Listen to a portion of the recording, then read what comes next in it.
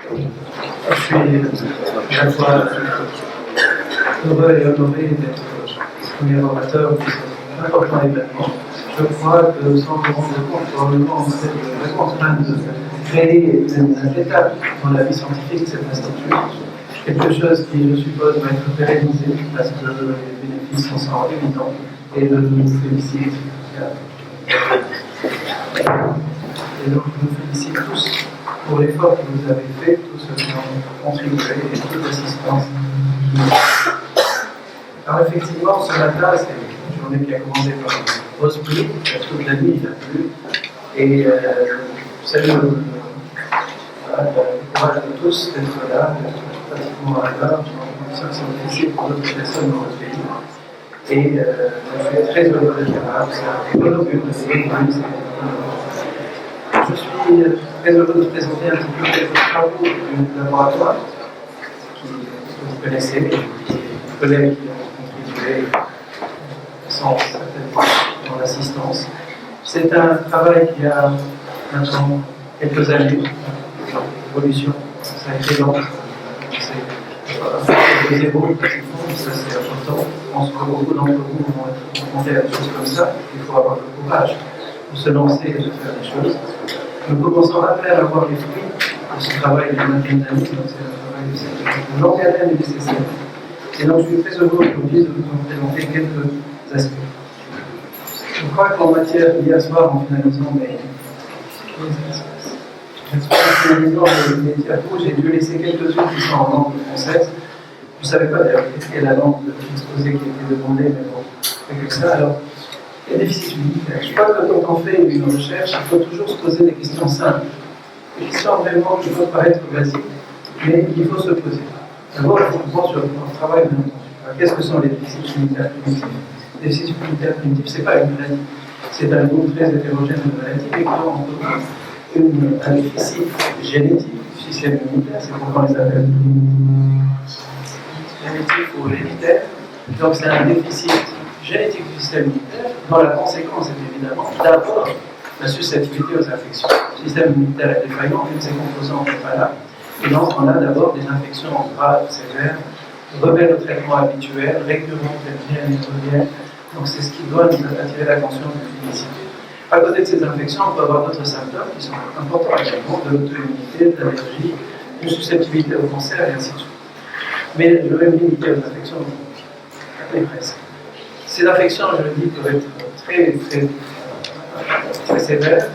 Elles doivent attirer l'attention du clinicien qui doit donc commencer l'exploration, parce que le diagnostic de ces maladies est un diagnostic biologique. Donc, une place importante aux biologistes dans cette affaire, puisque c'est lui qui porte le diagnostic précis et avec toutes les conséquences pratiques auxquelles nous avons. Donc, voilà ce que sont les déficits militaires. Vous avez vu quelques images de malades atteints de BCG disséminés à droite. Là, c'est un syndrome de malnutrition des petits enfants qui ont des maladies extrêmement sévères et graves. Alors, pourquoi cette pathologie dans notre contexte? Toujours question simple qu'on doit se poser. Pourquoi on va travailler sur ce sujet? Quel est l'intérêt? Parce qu'il doit y avoir un intérêt, sinon ça n'a pas de sens. Donc, les infections que l'on voit chez ces patients sont des infections récurrentes, fragilisant de façon sévère la santé et durable la santé de l'enfant. Donc, c'est une maladie chronique, en fin de compte, qui va engager parfois le pronostic vital. Les formes les plus graves, c'est les enfants qui meurent si on n'agit pas. Donc, c'est très important d'apporter un plus à ces patients en essayant de faire un diagnostic à cette priorité. Deuxième raison, on est dans un pays où il y a une très forte consanguinité dans la population générale, comme vous le savez. Et bien entendu, elle est liée, cette forte consanguinité, à l'émergence et à la fréquence particulièrement élevée de formes autosomiques, de différentes maladies génétiques, pas seulement les déficits immunitaires, des maladies neurologiques, des maladies métaboliques et bien d'autres, certainement, vous êtes en train de travailler dessus. Donc c'est une particularité de notre pays. Et vous voyez ici un des pédigrés des services sur lesquels nous travaillons, invraisemblable, vous savez, le genre de la consanguinité en quelques générations revient aux ancêtres communs. Troisième intérêt, bien entendu, pour les biologistes, pour nous qui essayons de faire de la recherche à notre niveau, c'est la compréhension de la physiopathologie de ces maladies qui peut être extrêmement importante pour, aider les cliniciens à agir en conséquence, parce que le traitement diffère selon la base moléculaire de ces maladies, et deux, pour nous, pour comprendre les voies métaboliques, pour comprendre les gènes impliqués et comprendre les réponses immunes notamment vis-à-vis des pathogènes. Alors, voilà le contexte de l'organisation. Nous sommes dans cette région du monde, le Moyen-Orient et le Moyen-Orient et l'Afrique du Nord, où il y a très forte consanguinité. Vous voyez, c'est noir par rapport au reste, c'est terrible. C'est des taux de consanguinité affolants dans certains pays qui dépassent 50% à l'échelle nationale. Donc ça a été l'occasion pour beaucoup de collègues dans ces pays et ailleurs d'identifier chez des familles originaires de ces pays ou vivant dans ces pays un grand nombre de pathologies. Et vous voyez ici des listes de gènes qui ont été identifiés pour la première fois dans les populations de cette région du monde. Donc ça a un intérêt scientifique indiscutable au-delà de l'intérêt médical. Donc notre question qu'on doit toujours se poser, c'est l'environnement dans lequel on veut travailler. Il ne suffit pas d'avoir une bonne idée, il faut aussi être dans un environnement qui permet de la réaliser, d'avoir les outils et la méthodologie nécessaires pour pouvoir la réaliser. Et je pense que cette pathologie est d'abord plus fréquente, comme vous l'avez dit ici sous nos cieux, mais elle est surtout sous-diagnostiquée. Donc il y a un besoin dans la population médicale pour un meilleur diagnostic de ces malades et de mieux comprendre leur pathologie et de mieux les traiter. Deux, nous avons à l'Institut, maintenant, et c'est pourquoi nous lançons plus avec force dans ce genre de pathologie, pour avoir une expertise du diagnostic biologique de ces maladies. Il y a une équipe qui est très performante, qui travaille avec l'ensemble des médecins du pays. Donc nous avons su créer un réseau de pédiatres et de neurologistes qui sont capables d'investiguer et d'avancer dans cette pathologie. Ensuite, parce qu'il y a bien entendu une attente de la population, et là le rôle de la société civile, ce sont les familles qui sont affectées, et de plus en plus nous sommes en train de susciter dans ces familles l'émergence de noyaux, d'associations, de familles, de patients, parce que le support à ces maladies chroniques est très très important. Donc voilà une série de raisons suffisamment valables pour que l'on puisse travailler sur ce type de sujet. Vous voyez ici la croissance exponentielle du nombre de ces malades qui sont dans le laboratoire. C'est impressionnant. Ici, on s'était arrêté en 2010. Je peux vous dire qu'aujourd'hui, en 2016, nous avons plus de 1000 malades qui sont diagnostiqués, donc c'est une croissance exponentielle, pas parce que la pathologie est en train d'apparaître, mais parce qu'on a diagnostiqué là tout simplement. Alors, quels sont nos objectifs? Et je vais bien sûr, à partir de là, rentrer un petit peu dans plus de sciences. Donc, c'est aider les cliniciens à apporter un diagnostic précis et précoce. C'est très important parce que tout le traitement dépend de cela, et le type de traitement est capital, qu'il soit universel, qu'il soit adapté. Et puis, bien sûr, lancer une approche préventive dans ce contexte de consanguinité que vous connaissez tous. Deux, c'est renforcer le laboratoire. Ici, à l'Institut Pasteur, pour mieux explorer ces malades, développer toujours des techniques qui sont très avancées de jour en jour, qui avancent de façon significative de jour en jour. Et ensuite, surtout, se lancer dans des techniques que nous n'abordons pas suffisamment, malheureusement, au jour d'aujourd'hui, et se donner les moyens, peut-être, d'avancer dans cet aspect-là. Bien entendu, comprendre la physiopathologie, identifier de nouveaux gènes, nous avons contribué, et même été à l'origine de l'identification d'un certain nombre de nouveaux gènes, et surtout de comprendre les voies métaboliques, appliquer leur réponse immune, parce que ça nous aide dans la compréhension et dans les approches thérapeutiques, comme je l'ai dit.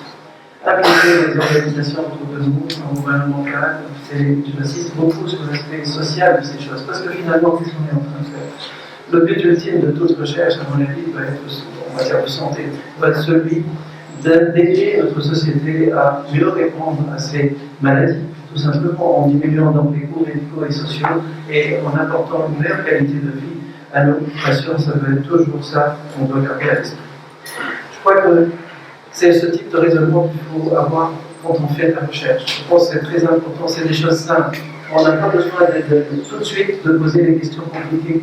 Il faut avoir, et d'ailleurs ça c'est quelque chose qui nous est imposé maintenant par beaucoup de bailleurs de fonds qui, lorsque l'on fait une demande de financement, vous demandent donnez-moi le cadre logique. Pourquoi vous faites les choses? Donc, quels sont vos objectifs, objectifs généraux, objectifs spécifiques, et pour chacun des objectifs spécifiques, quelles sont les actions à développer? Est-ce que vous avez les moyens de les développer? Quels sont les résultats que vous attendez pour ces actions? Et quels sont les indicateurs, les moyens de vérifier que vous pouvez arriver à votre objectif? Et ça, ce type de raisonnement devient imposé par beaucoup de bailleurs de fonds, et je pense qu'il faut toujours réfléchir par rapport à ça dans ce que nous faisons. Donc, je vais commencer un petit peu dans le cadre des.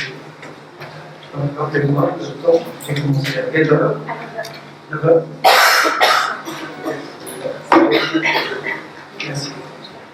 Donc, les déficits immunitaires, c'est quelque chose que nous avons étudié depuis de nombreuses années, comme je vous l'ai dit, et nous avons commencé maintenant, depuis quelques années, à voir le fruit des résultats.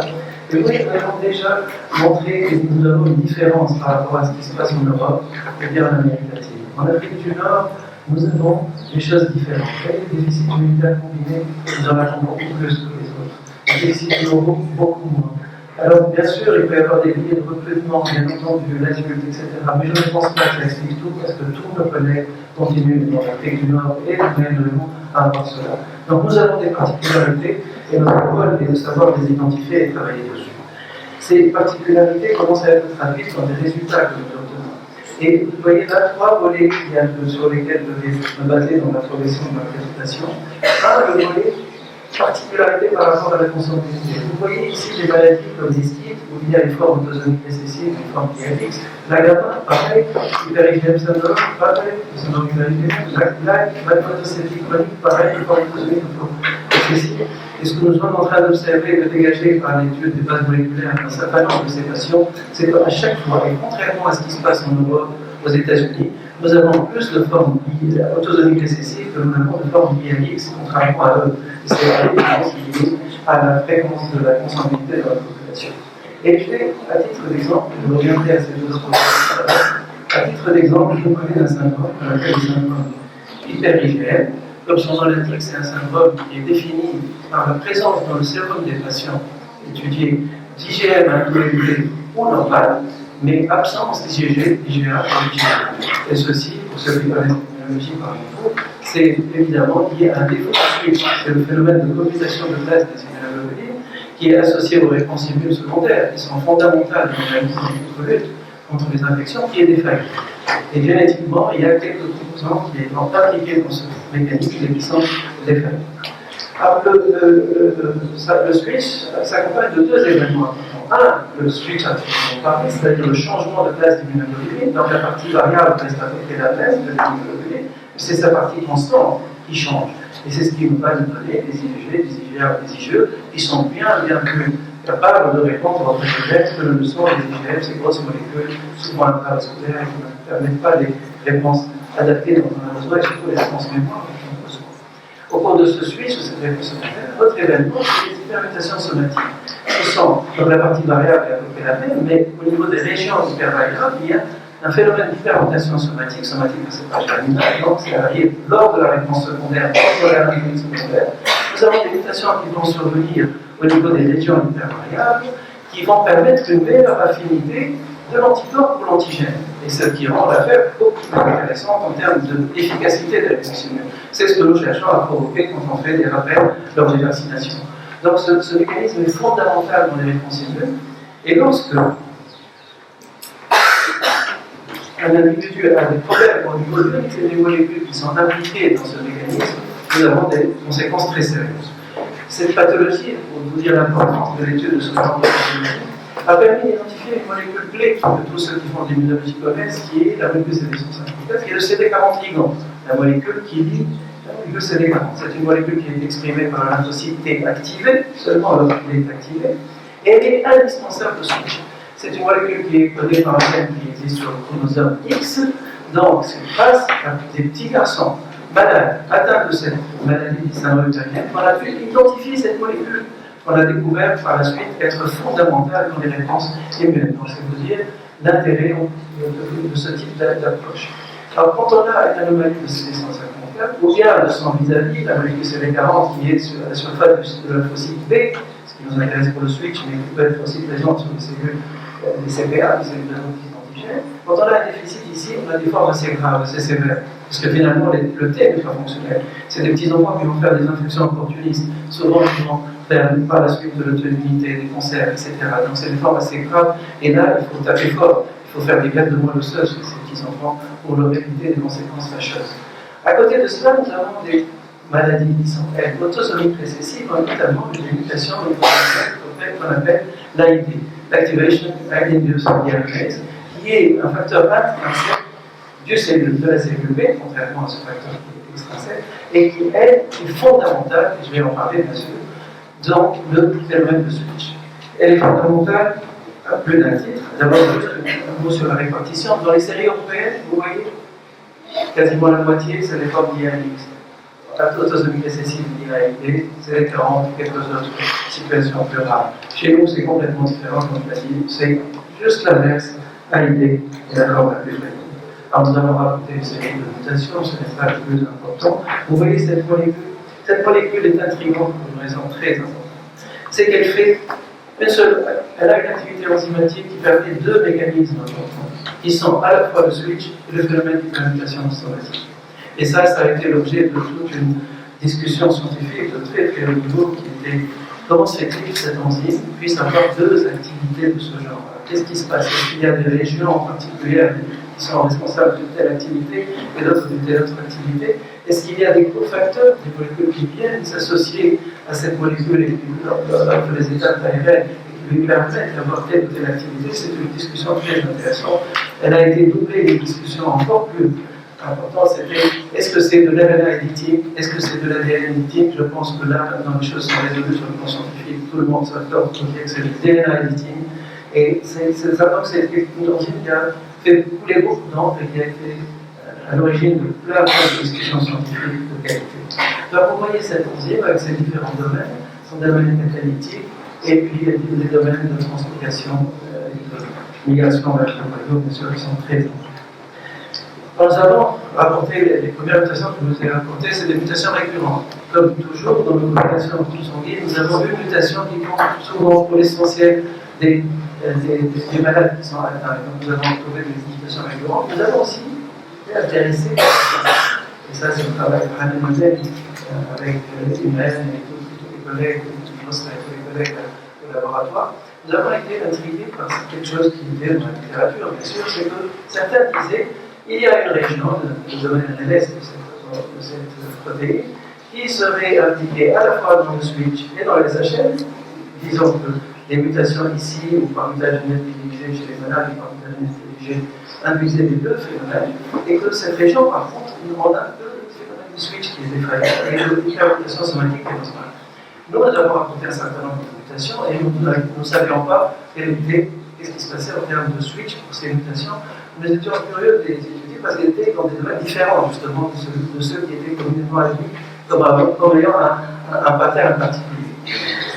Donc, c'était toute l'idée du travail. Et ça, c'est le travail qui est basé sur l'hypothèse. Donc, notre hypothèse, c'était que non, ce n'est pas un domaine particulier qui est appliqué dans tel ou tel événement, mais c'est plutôt un cofacteur qui fait que, quelle que soit la localisation, il y ait cet événement. Et là, nous avons mis en place avec des collaborations avec François Rougeon à l'Institut Pasteur à Paris. Il y avait ce vecteur, c'est le vecteur Nabet, où il y a une protéine phosphorescente, qui sont traficotées. La GFP est traficotée de sorte qu'elle est à codon-stop. Et donc, l'idée, c'est de transfecter des cellules chauffeurs qui sont en unité, qui n'a pas d'AID, avec ce vecteur qui comporte l'AID dans ses versions sauvages et mutées. Et avec les mutations qu'on connaît, toucher à la fois la combinaison de base et le SHL, c'est qu'on connaît ne toucher qu'un seul événement, et les mutations d'intérêt, c'est ce que nous sommes en train d'étudier. Toute l'idée, donc, c'est que lorsque l'AID est fonctionnelle dans ces cellules transfectées, elle va faire muter la protéine GFP, parce que l'AID est une protéine extrêmement régulée. L'AID est exprimée exclusivement de façon théorique dans les cellules B.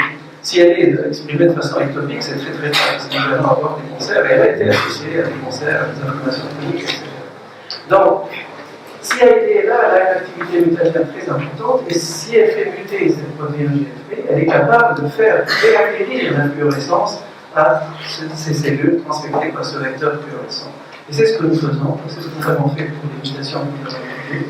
Et de façon intéressante, au moins pour une mutation qui a maintenant été publiée, nous avons pu démontrer clairement que cette mutation qui est dans un siège inhabituel par rapport aux deux domaines dont je vous parlais tout à l'heure, il y avait quand même pour cette mutation de l'activité SHL qui était là, un taux relativement correct quand on compare par rapport à un contrôle sauvage et par rapport à un contrôle négatif sur une mutation qu'on sait intégrer SHL.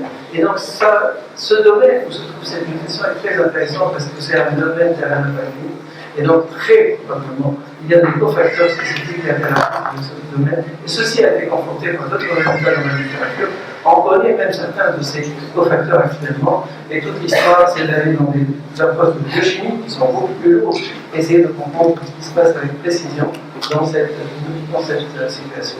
Donc voilà un exemple, et ça a été très récemment publié par Donc voilà un exemple de ce que nous pouvons faire à partir de ces patients, de ce que nous observons, et ce type d'approche peut être bien sûr fait pour plusieurs mutations, ce à quoi nous nous attendons, et bien sûr on peut faire de la genèse dirigée, mais c'est toujours plus intéressant de voir les conséquences sur les patients, bien entendu, sur des mutations qui touchent l'humain.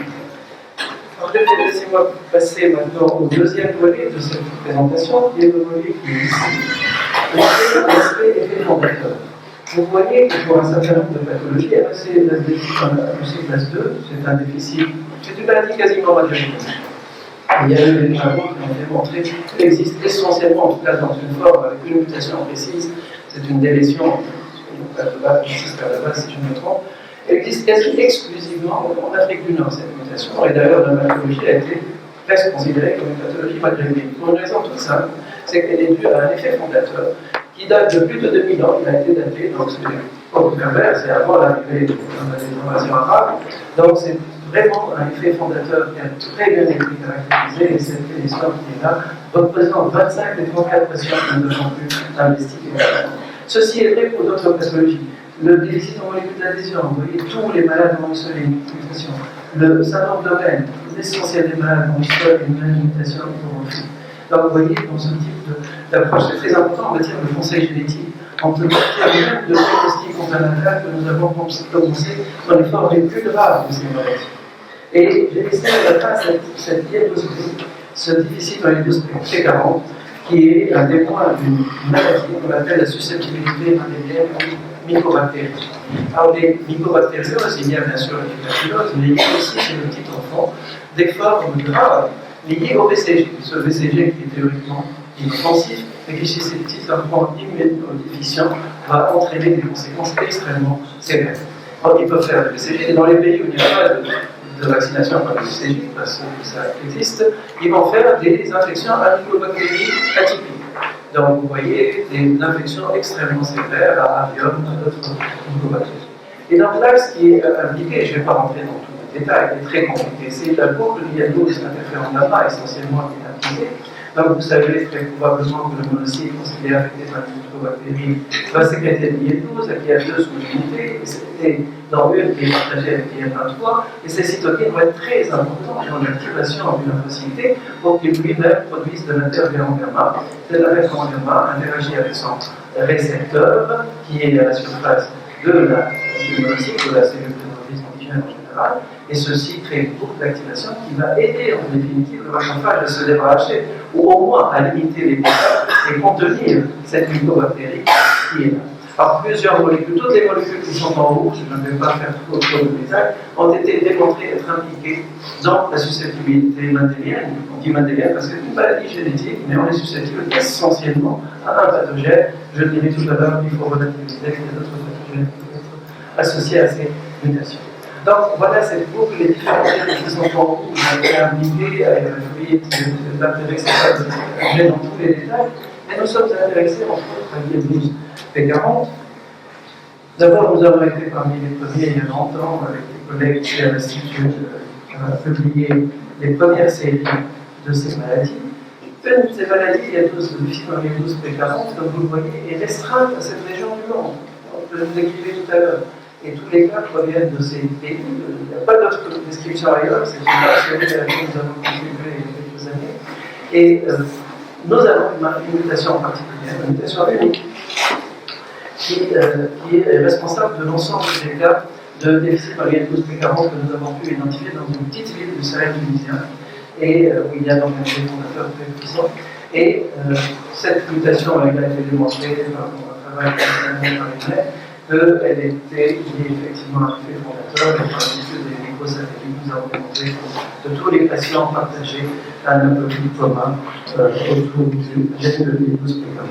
Je le disais tout à l'heure que l'étude de ces patients nous aide aussi en clinique, et ça c'est important, parce que d'abord ils font des infections mycobactériennes, c'est bien sûr quasiment toujours le cas, même s'il y avait quelques exceptions, je dois dire. Nous avons eu un patient qui avait un frère atteint Et donc, nous lui avons évité le BCG, et il a fait une seule molécose pour déclarer sa maladie. Une seule molécose grave pour déclarer sa maladie. Donc, à côté du BCG, il y a une extrême susceptibilité à d'autres pathogènes, comme Salmonella, comme des bactéries, mais aussi quelques parasites. Ceci a été démontré par d'autres personnes que nous. Alors, ce qui est intéressant dans cette affaire, et je surveille le temps, c'est que ces gènes, au-delà de ces malades rares, finalement, même s'ils ne sont pas aussi rares chez nous qu'on ne veut le croire, ces gènes peuvent être importants au-delà de ces malades rares dans la population générale, par rapport à une maladie beaucoup plus importante en matière de santé publique, et la tuberculose. Et il a été démontré, par exemple, dans des collègues dans notre région, que des déficits en bêta, récepteurs bêta de B12, pouvaient être responsables dans une proportion non négligeable de vraie tuberculose chez nos patients. Donc, dans notre contexte de consanguinité, tous ces éléments peuvent être très importants dans la lutte, même contre des pathogènes qui existent dans la population générale. Un troisième volet sur lequel je vais essayer de conclure, c'est ce volet-là, c'est notre capacité, grâce à l'étude de ces patients, d'identifier de nouveaux gènes, d'identifier de nouvelles formes de transmission des maladies et d'identifier même des nouveaux mécanismes mutationnels. Et ça, c'est très important. Et je vais dire deux mots de cette pathologie. La candidose cutanéo-rugueuse chronique. C'est une maladie autosomique dominante, donc c'est une exception, mais on la voit dans nos populations consanguines. Il ne faut pas oublier que nous avons autant d'autosomiques dominants ou de l'IAX que dans les autres ailleurs. Ça, nous avons un contexte de consanguinité qui peut tromper. Donc il faut toujours penser à quelque chose différente. Récemment, et depuis quelques années maintenant, en 2 ou 3 ans, on a commencé à identifier chez des patients immunodéficients des mutations, gain of function. Ce n'est pas loss of function, ce n'est pas une mutation qui nous fait perdre l'effet de la protéine, au contraire, c'est une mutation qui la rend encore plus active. Et ça, les exemples sont en train de se multiplier actuellement. STAT3 fait les mêmes choses, des protéines aussi importantes que les molécules de ce genre, donc ont un statut de gain of function. Dans l'expression clinique, est similaire. Un petit peu différent dans certains aspects, mais globalement similaire. Alors, au-delà du fait qu'on a identifié des nouveaux mécanismes mutationnels, ça a une conséquence sur le plan du traitement des patients. Parce que ces voies d'activation, on sait les contrôler. On a des inhibiteurs de STAT, on a des inhibiteurs de JAK. Et actuellement, plusieurs médicaments sont en train déjà d'être dans les essais cliniques par rapport à ces pathologies avec des gain of function, des mutations gain of function. Ce qui va nous éviter des approches très lourdes, de osseuse, avec toutes les complications potentielles, surtout dans notre contexte où les enfants sont généralement extrêmement infectés, etc. Donc, nous devons toujours penser sur ce que nous pouvons apporter grâce à l'étude de ce type de pathologie aux malades. Pour ça, il ne faut pas le faire. Nous avons été aussi capables, très récemment, dans un papier par email, et son étudiant, moi-même, de faire passer dans le Journal of Immunology, une revue de renom, un nouveau mode de transmission de l'ALP syndrome, du syndrome de lymphoprolifération, d'auto-immunité de lymphoprolifération. Une maladie relativement rare qui implique le phase fastigant, donc l'apoptote, et où nous avons démontré un nouveau mode de transmission. Et ça c'est aussi une étape intéressante. Il y a quelques années, dans un travail que nous avons mené sur des malades atteints du syndrome hyper-IgE, nous avons aussi identifié un nouveau gène, un gène, le GM3, qui est responsable de ce syndrome. Alors, je vais un peu en parler parce que je pense qu'il y a toujours des leçons à apprendre de la clinique dans ce type d'approche de recherche appliquée. Je suis en exemple. Donc, vous savez tous, je pense que ça fait un bon tour en tout cas ça, que le syndrome hyper-IgE, c'est une histoire assez courte. C'est ce qu'on appelle le syndrome de Job. Job, c'est dans la Bible. Job, c'est il a été maudit par Satan, et Satan lui a lancé un professeur, il a été couvert de pustules, de bulles. Ouais. Job, dans le Coran, même l'histoire existe, bien sûr, c'est l'histoire biblique, coranique, qui sont les mêmes, c'est Ayoub. C'est pourquoi on dit Sabr Ayoub. Parce que lui, il a supporté cette malédiction, et que le bon Dieu veuille bien le sauver. C'est ce qu'il y a dans les récits des différents livres de ça. Donc c'est le syndrome de Job. Donc c'est des petits enfants qui l'ont, et j'en ai vu un certain ordre, bien entendu, vous pouvez imaginer, c'est terrifiant. Quand on les voit, c'est quelque chose de terrifiant. Ils sont couverts de vue. Ils ont un eczéma. Donc leur eczéma est suraffecté par ce staphylocoque. Ils ont une extrême susceptibilité au staphylocoque. Et à côté de cela, ils ont une série de symptômes cliniques très compliqués et très variables aussi. Ce qui fait que la définition clinique est parfois difficile. On a dû faire des scores cliniques et biologiques pour essayer vraiment de donner des diagnostics de certitude ou d'approximation, puisque la certitude ne vient que par la génétique pour ces maladies. Ce syndrome de Job, vous voyez ici, donc à côté des infections staphylococciques qui peuvent toucher à la fois le tractus de la peau, mais aussi le tractus respiratoire, ils font des pneumonies, ils font des bronchiectasies, des DTB, c'est terrible. C'est des malades qui meurent dans des tableaux infectieux terrifiants. À côté de cela, il n'y a pas beaucoup de chance, il faut le dire, ils font aussi, donc ça c'est la peau, en tout cas, ils ont aussi des problèmes au niveau de l'os. Ils font de la scoliose, ils ont une hyperlaxité ligamentaire, et à côté de cela, ils font, dans le cas des syndromes liés à PGL3, un retard mental, une hypotonie, un retard psychomoteur très très important et très prononcé chez les malades que nous avons dans notre cycle. Donc voilà une hypotonie complexe. Ce qui la caractérise, c'est hyper-IgE, c'est le IgE au plafond. Vous voyez les chiffres ici, c'est absolument paralysant. C'est quelque chose qu'on ne voit même pas dans les tirs des allergies. Hein. Vous voyez, 141 minutes. Alors nous avions dans notre tiroir deux familles. Donc une que j'ai connue en 1985, quand j'étais jeune résident chez Serhal Maïe, à l'Utachan. C'est une famille qu'on savait être un doublé, mais qui ne ressemblait pas aux autres doublés. On le savait, qu'elle était différente. Et on avait chez cette famille une lymphocytémation chez une lymphopénie CD4, qui n'est pas habituelle dans le syndrome de Job. Donc, nous avions ça en tête, elle a été toujours suivie, plus ou moins bien, plus ou moins améliorée, deux petits enfants touchés, deux garçons. Et ensuite, nous avons eu une autre famille, beaucoup plus compliquée, plusieurs rares bronchies, plusieurs malades touchés. Et nous avons pu, donc, à partir de ces deux familles, faire par étude de liaison génétique et de recherche du gène impliqué, l'identification de ce nouveau gène, PGL3, donc qui est un déficit congénital de la glycosylation. PGL3, c'est une enzyme qui est impliquée dans l'activité enzymatique, impliquée dans l'activité qui permet de façon reverse de transformer le glutamate 6-phosphate en glutamate 1-phosphate, qui est nécessaire à la production de l'activité glutamate, nécessaire bien sûr à la glycosylation. Donc c'est un défaut de glycosylation. C'est très rare les défauts de glycosylation en pathologie humaine, mais on en découvre de plus en plus. Alors toute la difficulté, c'est de démontrer cela, bien sûr. D'abord, chez ces malades, il y avait des mutations hypomorphiques, j'y reviendrai.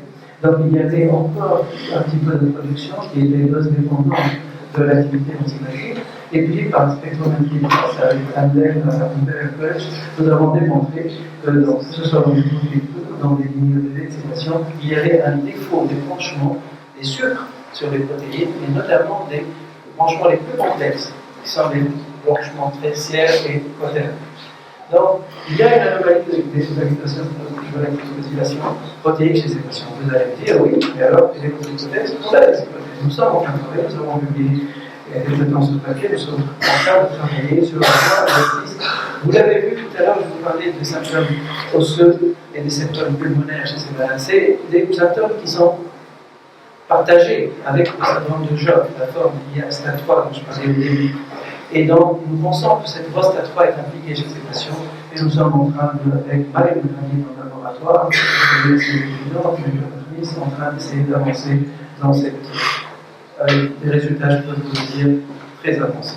Donc, ces mutations, ça c'est un point qui me permettra de conclure avec quelque chose d'assez intéressant, je pense. Ces malades ont des mutations qui sont hypomorphiques. Vous voyez, les malades homozygotes, et la protéine est très abaissée, mais elle est là. Là aussi, très abaissée, mais elle est là. Ça, c'est deux noms de famille. Donc, sur le plan protéique, cette protéine est encore là. Et ça, c'est une équipe du NIH qui fait exactement le même travail. Nous sommes en train de nous poser la question. Nous sommes dans une activité enzymatique. Qu'est-ce qui se passerait si on rajoutait en excès du substrat de cette enzyme qui ne fonctionne pas parfaitement, elle est un petit peu défaillante, mais elle peut agir quand même, on l'a ça l'hypothèse de travail, bien sûr, sur laquelle on va essayer de travailler. Ce que nous avons pu déterminer, et nos collègues au NIH de toute façon, c'est en rajoutant un substrat habituel, donc c'est-à-dire voilà, en rajoutant un excès de substrat habituel, on n'améliore pas les choses. Ni in vitro, ni chez les patients, parce que nous sommes passés à essayer d'utiliser. C'est un produit qui est commercialisé, on le donne au comptoir, hein, c'est un additif alimentaire. C'est du flax, c'est dans la carapace des crevettes, etc. C'est quelque chose de tout à fait. Alors nous n'avons pas. Nous nous sommes posé beaucoup de questions. Ah, ça c'est bon. Désolé. Nous nous sommes posé beaucoup de questions. Est-ce qu'on peut avoir une alternative? Et une hypothèse sur laquelle nous travaillons, c'est GALNAC. Et là, nous avons quelques résultats, mais il faudra vraiment trouver le moyen de réaliser un essai clinique. Maintenant, c'est un petit peu différent. GALNAC peut court-circuiter cette voie métabolique et nous permettre d'aboutir à une effet. Et nous avons pu démontrer avec nos collaborateurs au NIH que, in vitro en tout cas, rajouter du galactose améliore la prolifération des cellules des malades PGM3 par rapport au contrôle. Ce qui est une donnée parmi d'autres, bien sûr, qui doivent être accumulées pour qu'on puisse passer un essai clinique. En fait, ce que je voulais dire par cet exemple, c'est que vraiment, en comprenant la physiopathologie, nous pouvons proposer des alternatives thérapeutiques. J'ai dit quelques exemples par rapport aux mutations gain function. Ça, c'est un autre exemple, et il y en a d'autres certainement qui vont venir.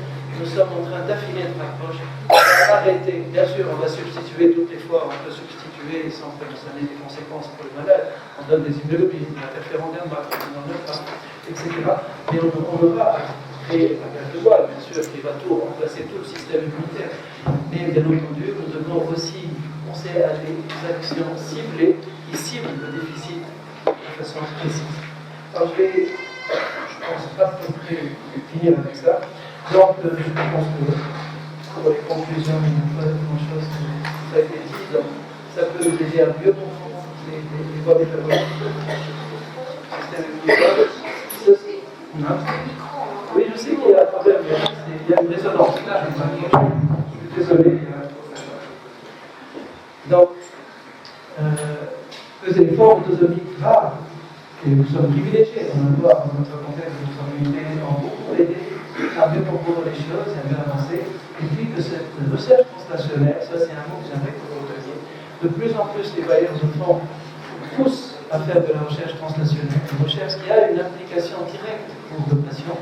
Et dans notre contexte, c'est le type de recherche où nous pouvons être, je pense, réussir, capable de faire des choses par rapport à une recherche purement fondamentale. Ce chercheur, il a le droit de continuer à financer de la recherche fondamentale pure, parce que c'est important, parce qu'avec des éléments de ce genre, on fait progresser les choses.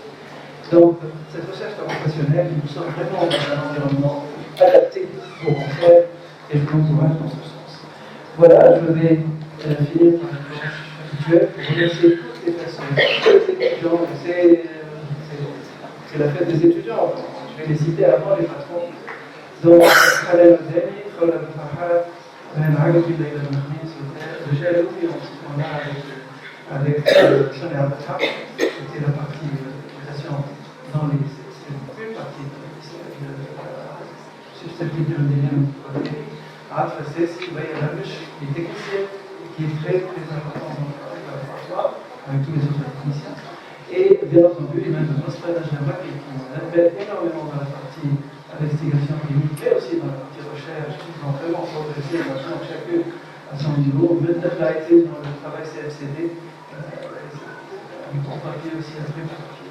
Valérie Delary, qui est la scientifique du groupe, qui nous aide énormément, et je vous remercie, qui a même développé des tests du groupe pour l'exploration, notamment l'activation de voies métaboliques. Donc je les remercie vivement parce que tout cela ne serait pas possible, que ce soit mes chers amis et collègues, que ce soit nos étudiants, remarquables et techniciens. Je voulais aussi dire un mot pour remercier mes collègues et les techniciens en Tunisie, Mohamed, Jérémy Mouzier, Chicha Sfax, qui nous aident énormément, mais aussi à l'étranger, avec François Roland, Dodoé Pacha, et bien sûr une pensée émue aux patients et à leurs familles qui souffrent vraiment dans un pays comme ça. Et de finir, je pense que je suis à l'heure. Je vais parfaitement à l'heure. Donc, je vais finir par une invitation à vous tous. Je suis être coordinateur scientifique de ce congrès assez important, qui est le congrès de la Fédération africaine des sociétés de criminologie. Je peux vous annoncer déjà que nous avons plus de 40 conférenciers étrangers. Nous avons eu le support de l'Association américaine des immunologistes, de la Fédération de la IA, qui est l'organisme de l'allergologie à l'échelle européenne, l'académie d'allergologie, la Japan Society of Immunology, donc les collègues japonais. Tous ces gens-là se sont mobilisés avec nous, avec bien sûr l'Union internationale des sociétés d'immunologie, qui va amener tout son ordre pour assister au congrès et faire sa réunion périodique du conseil scientifique, ainsi que la Fédération européenne d'ailleurs, qui a fait la même initiative, qui vont amener tous leurs responsables pour faire le réunion clinique et bien sûr nous faire profiter de votre présence. Donc vous êtes tous conviés. Je vais avoir beaucoup d'abstracts des étudiants tunisiens qui sont de mécanismes en général, mais aussi les plus fondamentaux, bien entendu. Et nous sommes très heureux de vous accueillir dans Mohamed Chodel qui sont invité le 3 ou 7 décembre prochain. Merci pour votre attention. Oui. C'est par là, après l'identification de toutes ces mutations, des études fonctionnelles, on va vers une médecine personnalisée, c'est-à-dire la prise en charge de ces patients. Après, comment elle se fait? Alors, bien sûr, ces questions se posent, parce que vraiment, je pense qu'on est, par rapport à ces pathologies, dans un état où on doit non seulement faire des diagnostics immunologiques, un phénotype immunologique, et des tests fonctionnels pour essayer d'avancer dans la compréhension de la pathologie, mais où on doit certainement, très bientôt, et d'autres équipes y sont déjà, à travers le monde, faire de la génétique, du screening moléculaire pour ces malades, par les capacités actuelles de release of sequencing, tout cela. Et donc, on va y venir à cette étape. Alors maintenant, s'il y a une médecine personnalisée sur ces petits-enfants, ça sera à travers cela. On ne fera de médecine personnalisée que si on a, sur le plan génétique, la réponse précise à ce qu'ils ont de manuel. Oui, nous nous orientons vers cela. Combien de temps ça va prendre? Je n'en sais rien. Ce qu'il faut savoir, c'est que les déficits immunitaires ont été la première pathologie qu'on a fait avec le douceur. Vous aurez rappelé les bébés bulles, ces petits-enfants qu'on mettait dans des bulles, parce qu'ils sont tellement susceptibles. C'est les skids, c'est les formes les plus graves.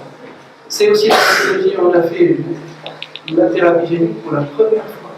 La thérapie génique a été initiée avec l'adénosine des aminades, le déficit en adénosine des aminades dans les années 90, et elle a pris un relan malgré des péripéties difficiles.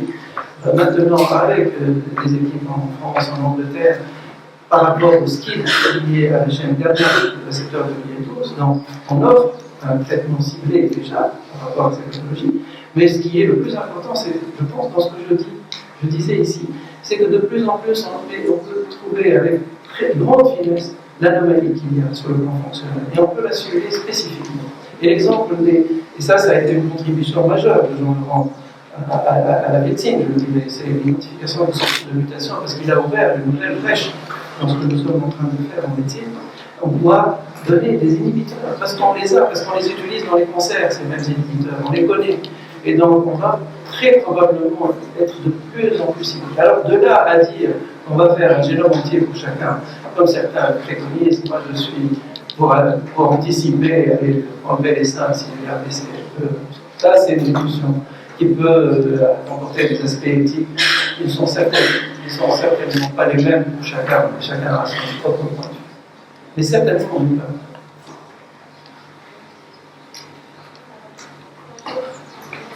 Professeur Barbouche pour cette conférence. Je voulais poser la question, est-ce qu'il y a une corrélation phénotype-génotype pour ces patients et est-ce que le diagnostic prénatal et le conseil génétique peut être proposé pour ces patients? Absolument. La corrélation phénotype-génotype, c'est quelque chose que nous essayons d'identifier à chaque fois qu'on a ce genre de patient et qu'on peut accéder à la mutation, bien entendu, ce qui n'est pas le cas de tous. Ce que je peux vous dire, c'est que ça dépend des pathologies. Il y a des situations où la corrélation phénotype-génotype est évidente, mais on a aussi des casse-têtes. On a, vous savez, en clinique, il y a ce qu'on appelle la pénétrance clinique. Il y a des maladies, vous avez parfois une fratrie, un enfant qui est malade et l'autre qui a exactement la même mutation et qui n'a rien du tout. Alors, qu'est-ce qui maîtrise ou qu'est-ce qui régule toute cette pénétrance clinique? Le fait que certains vont faire une maladie full-blown très rapidement et d'autres vont mettre du temps à la faire apparaître, on ne le sait pas. Je regarde bien sûr tas d'hypothèses. On les met toujours dans le papier, personne ne l'a jamais démontré. Gènes régulateurs, méthylation, enfin, épigénétique, on met toujours ces environnements. Je ne le crois pas, je ne le pense pas. Il y a certainement des choses, peut-être, pour les phénomènes d'épigénétique, peut-être ça peut jouer. Mais je ne pense pas que ça joue tant que ça, parce que vraiment, nous avons un grand nombre de ces pathologies, des choses qu'on ne comprend pas, une évolution qu'on ne comprend pas. Et donc les corrélations génétiques, phénotypes ne sont pas évidentes, moins dans ce type de pathologie.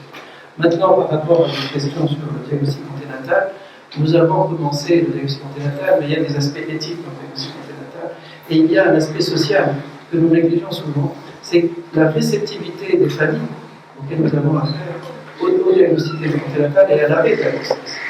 Je dois vous dire que nous avons une expérience relativement limitée, pas des centaines, mais sur les quelques familles sur lesquelles nous avons travaillé en collaboration avec mon ami et collègue et camarade à la consultation de génétique médicale à Charles-École, nous avons du mal. Bon, bien sûr, c'est négatif. Quand le bébé est normal, il n'y a pas de problème.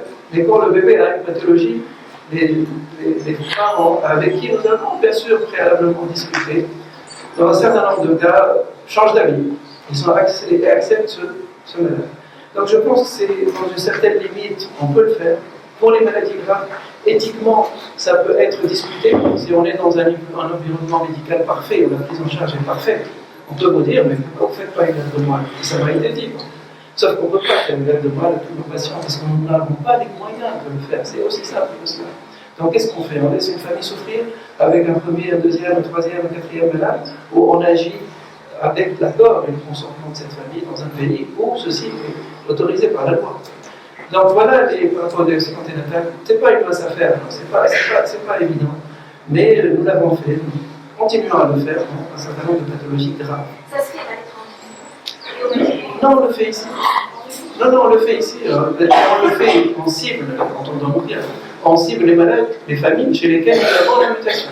Nous ne le faisons pas, nous n'allons pas chercher la mutation, par exemple, la dame est enceinte, bien entendu. Nous le faisons que dans les familles où la mutation est identifiée. Et dans les formes graves, les formes qui ont des conséquences, on le sait, fâcheuses.